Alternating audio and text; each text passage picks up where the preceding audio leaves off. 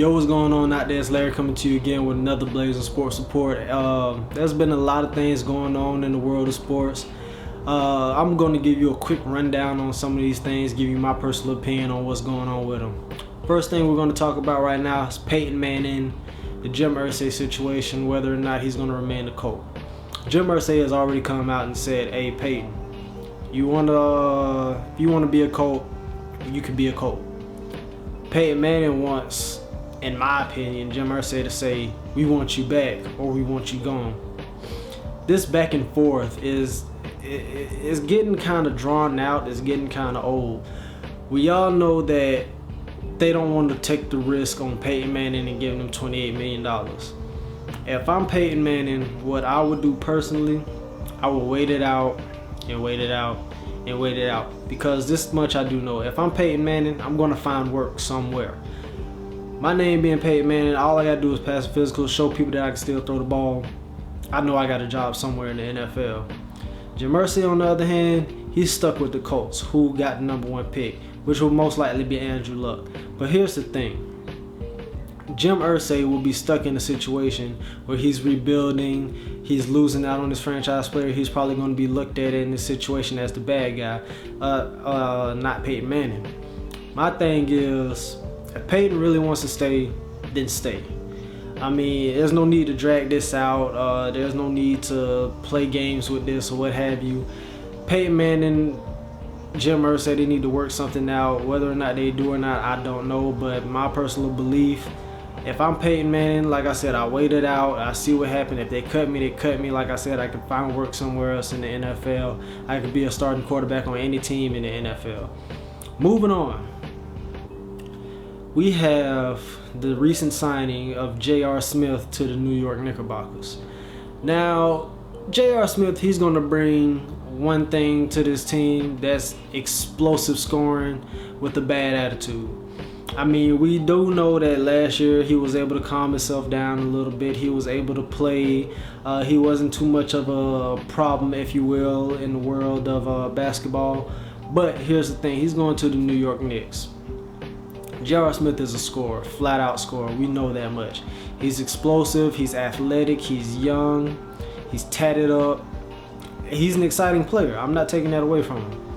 But he's coming into a situation where we also have two other scorers on the floor. An inside scorer in Amari Stoudemire and an all-around scorer in Carmelo Anthony. What do I see J.R. Smith bringing to the New York Knicks, especially with Jeremy Lin running the point guard right now? We know in Mike D'Antoni's system, back when Amari was in Phoenix, when Steve Nash and Amari Stoudemire ran the pick and roll, the defense had to look at one or two things. They had to look for the Nash pull-up, or they had to look for Amari cutting to the basket. They had two options to defend. Now, when you look at this team as it's placed right now, you got to worry about Amari cutting to the basket. You got to worry about Jeremy Lin blowing past you for the layup. You got to worry about Carmelo Anthony out on the perimeter. And you also have to worry about J.R. Smith now out on the perimeter. We know Tyson Chandler is in there for one thing, rebounding and defense. He gets the little garbage points, what have you. I like that. The New York Knicks are going to be a very, very dangerous offensive team. When you have four legitimate scoring options, and yes, I'm counting Jeremy Lin as a legitimate scoring option because he's proven that over the winning streak that he can score the ball. And the thing that I like more than anything is that he scores the ball in the paint. Most of his shots come within the paint. So that means he attacks the basket. He's not looking to settle for a jump shot. I've said that before. When Melo comes back, Melo is going to add another dimension to that pick and roll with Amari Stoudemire, because now the defense has to worry, do we look for a kick out on Carmelo? Do we play Jeremy Lin just in case he pulls up or tries to drive the basket? Do we play Amari Stoudemire? Because Amari Stoudemire has added a little mid-range jump shot. He can step outside on the pick and pop, or he can roll towards the basket. And now with J.R. Smith coming in, it just adds a whole new dimension to that team. Do I think that this will literally put the Knicks over the top? We know J.R. Smith has been balling in China. He's had a couple of 40-point games and even a 50-point game. The man is ridiculously talented.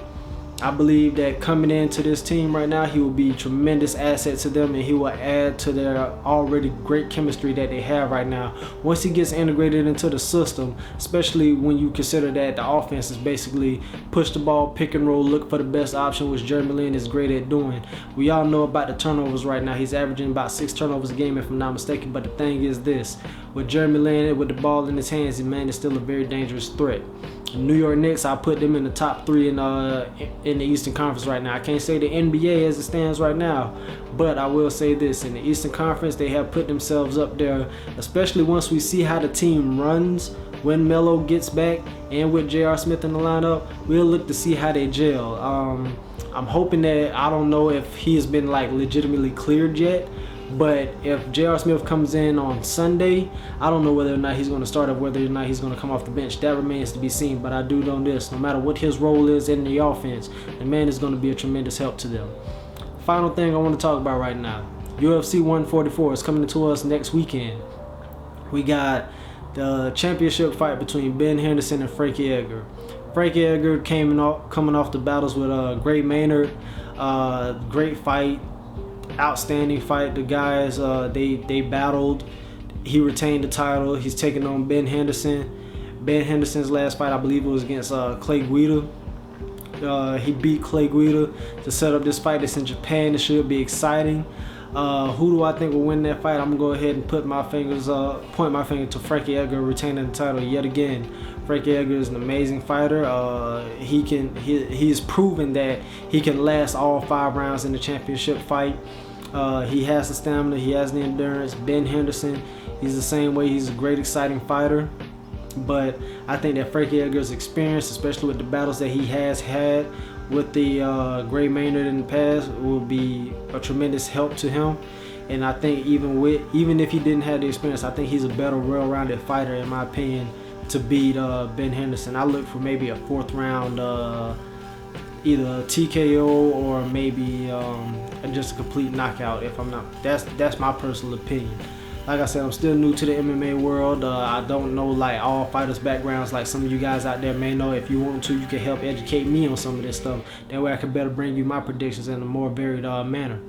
But this is Larry Jenkins, Blazer Sports Report. Quick update on 3 topics. Peyton Manning, whether or not he's a Colt or not, he's going to find work somewhere else in the NFL.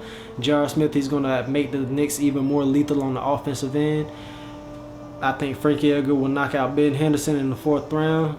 Blazer Sports Report. Find me on Facebook.com/Blazer Sports Report, Twitter.com/Blazer Sports. Follow me, like me, subscribe to these YouTube channel, comment on these videos. Let me know what you guys think. It's Larry Jenkins, Blazer Sports Report. I'll holler at y'all boys. Peace.